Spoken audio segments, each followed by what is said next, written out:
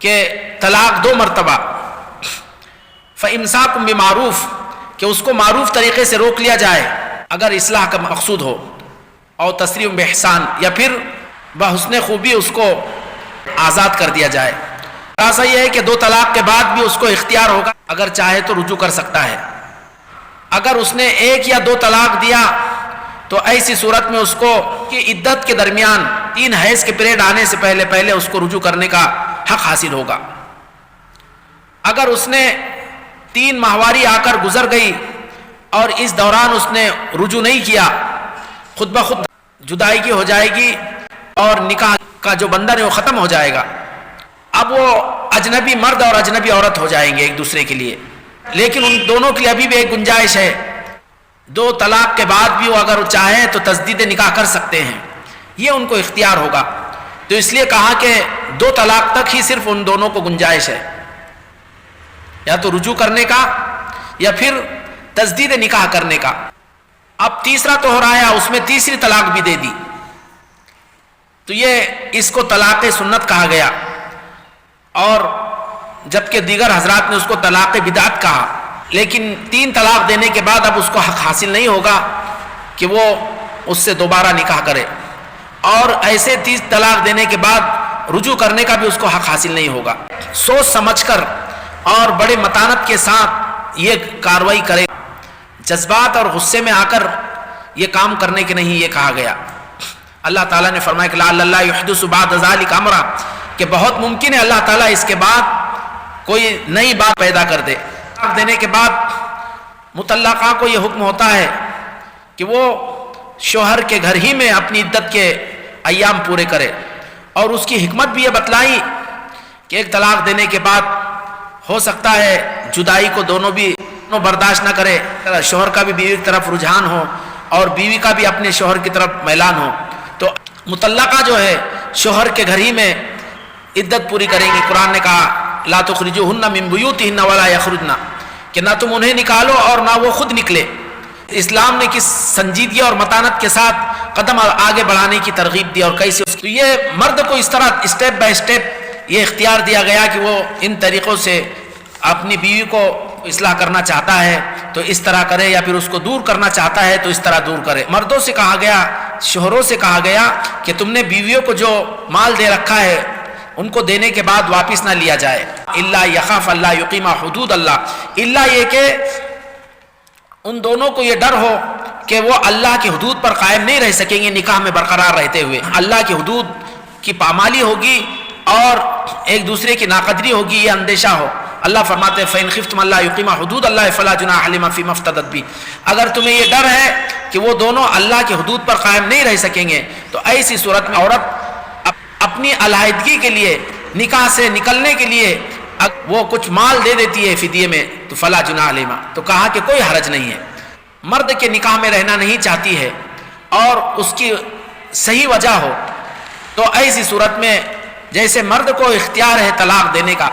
ایسا ہی کہا کہ عورت کو بھی اختیار دیا گیا کہ وہ اپنے اختیار سے خلا لے سکتی ہے، اپنی علیحدگی کے لیے خلا کے طور پر وہ مال واپس کر دے گی، یہ کہ موقع پر یا اس کے بعد جو مال اس بیوی پر خرچ کیا مال اس سے واپس لے لے گا اور اس کو خلا دے دے گا۔ جیسا کہ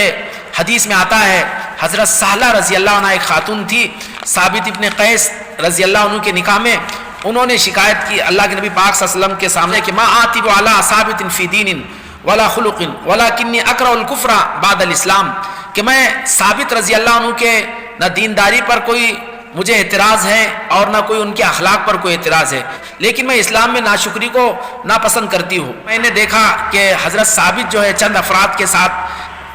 سامنے آئے، میں نے جب پردہ ہٹا کر دیکھا تو ان تمام افراد میں وہ سب سے زیادہ سیاہ رنگ اور سب سے زیادہ پست قد اور سب سے زیادہ بدصورت نظر آئے، لہٰذا میں ان سے خلا لینا چاہتی ہوں، میں الگ ہونا چاہتی ہوں۔ اللہ کے نبی پاک صلی اللہ علیہ وسلم کے سامنے انہوں نے یہ اس طرح مسئلہ رکھا تو نبی پاک صلی اللہ علیہ وسلم نے فرمایا کیا انہوں نے جو تمہیں مال دیا ہے اس کو واپس کر دو گی؟ تو کہا کہ ہاں، میں جو مال انہوں نے مجھے دیا میں وہ بھی دے دوں گی اور اگر وہ چاہے تو میں مزید بڑھ کر دوں گی۔ تو اللہ کے نبی نے کہا نہیں، انہوں نے جو مال دیا تھا بس اتنا واپس کر دو۔ چنانچہ 2 باغ انہیں عطا کیے تھے، وہ باغ حضرت ثابت نے واپس لیا اور اس طرح انہوں نے خلا لے لی۔ تو کسی معقول وجہ سے وہ اپنے شوہر سے علیحدہ ہونا چاہتی ہے، اس سے جدا ہونا چاہتی ہے، تو اسلام نے اس کو اختیار دیا کہ وہ اس پر جو مال خرچ کیا ہے اس مال کو واپس کر دے اور اپنے شوہر سے جدا ہو جائے، یہ اختیار دیا۔ ہاں، بغیر کسی سبب اور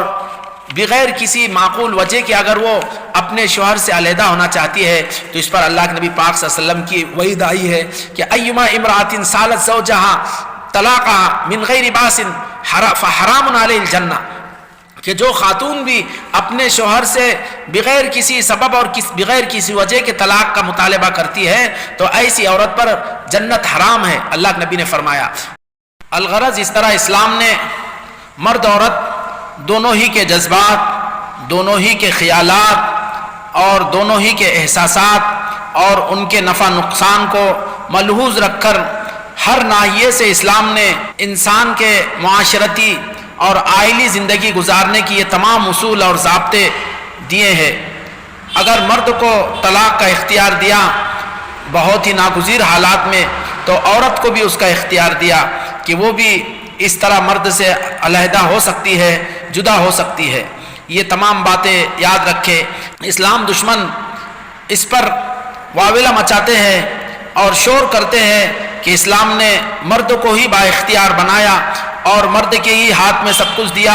اور عورت کو مجبور محض بنایا۔ یہ ایسا ہرگز نہیں ہے، بلکہ چونکہ مرد کے اندر قوام کی صفت ہوتی ہے،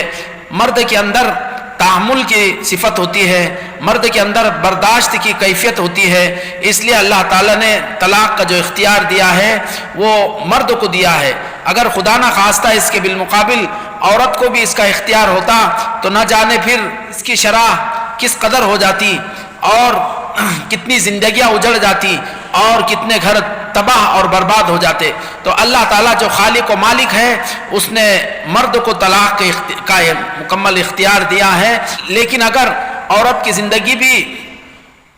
اجیرن ہو جائے اور وہ کسی مرد کے ساتھ اس کو جینا بالکل دوبھر اور مشکل ہو جائے تو اس کو بھی یہ اختیار دیا کہ وہ خلا کی شکل میں مرد سے جدا ہو سکتی ہے، علیحدہ ہو سکتی ہے۔ یہ تمام تفصیلات ہمارے سامنے ہونا چاہیے۔ اکثر فقہا کے پاس بشمول احناف کے اگر کوئی خاتون اپنے شوہر سے خلا لیتی ہے تو اس کو ایک طلاق بائنہ پڑے گی، اور میں شوہر کتنا مال لے سکتا ہے؟ تو اس سلسلے میں بعض حضرات نے تو یہ کہا کہ وہ جتنا مال اس نے بیوی پر خرچ کیا اس سے زیادہ بھی لے سکتا ہے، کیونکہ جیسے ایک خاتون اپنے مہر میں زیادہ سے زیادہ مال کا مطالبہ کر سکتی ہے، ایسے ہی شوہر بیوی کو آزاد کرنے کے لیے جو چاہے مال اس سے لے سکتا ہے، جتنا مال اس پر خرچ کیا اس سے زیادہ لے سکتا ہے۔ جیسے کہ حدیث سے بھی اشارہ ملتا ہے کہ اللہ کے نبی سے حضرت سہلہ رضی اللہ عنہ نے یہی کہا کہ اگر چاہیں تو میں جو انہوں نے دیا اس سے زیادہ بڑھ کر دے سکتی ہوں۔ لیکن اکثر فقہا کا یہی کہنا ہے کہ شوہر نے اس پر نکاح کے موقع پر مہر کی شکل میں یا اور دوسری شکل میں جو بھی مال اس کو دیا ہے اسی پر خلا کرے، یہ بہتر ہے، بلکہ اس سے بھی کم مقدار لے، کیونکہ اللہ نے مرد کو بہرحال فضیلت عطا فرمائی کہ بما انفقوا من اموالہم، پھر رجوع کرنا چاہے اور نکاح کرنا چاہے تو اس کے لیے تجدید نکاح کی ضرورت پیش آئے گی، دوران عدت بھی یا پھر عدت ختم ہونے کے بعد بھی انہیں دوبارہ نکاح کرنا پڑے گا اگر وہ رجوع کرنا چاہے۔ اسلام نے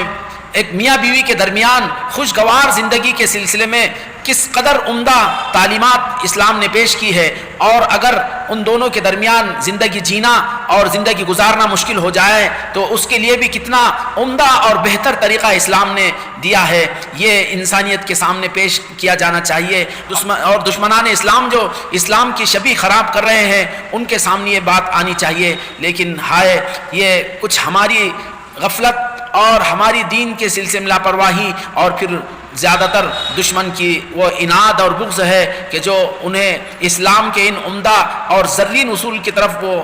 نظر انہیں دیکھنے نہیں دیتی اور اس کی طرف اس میں غور و فکر کرنے نہیں دیتی. وہ اناد اور دشمنی انہیں صرف مخالف پہلو پر انہیں اکساتی ہے. اللہ سے ہم دعا کرتے ہیں کہ اللہ تعالی ہمیں اسلام کے ان ذری اصولوں کو دنیا میں عام کرے اور اس کی اچھائیاں اور اس کی خوبیاں اور غیروں کے سامنے بھی آئے اور زیادہ سے زیادہ لوگ اسلام سے متعلق ہوں. آمین. وآخر دعوانا الحمدللہ رب العالمین.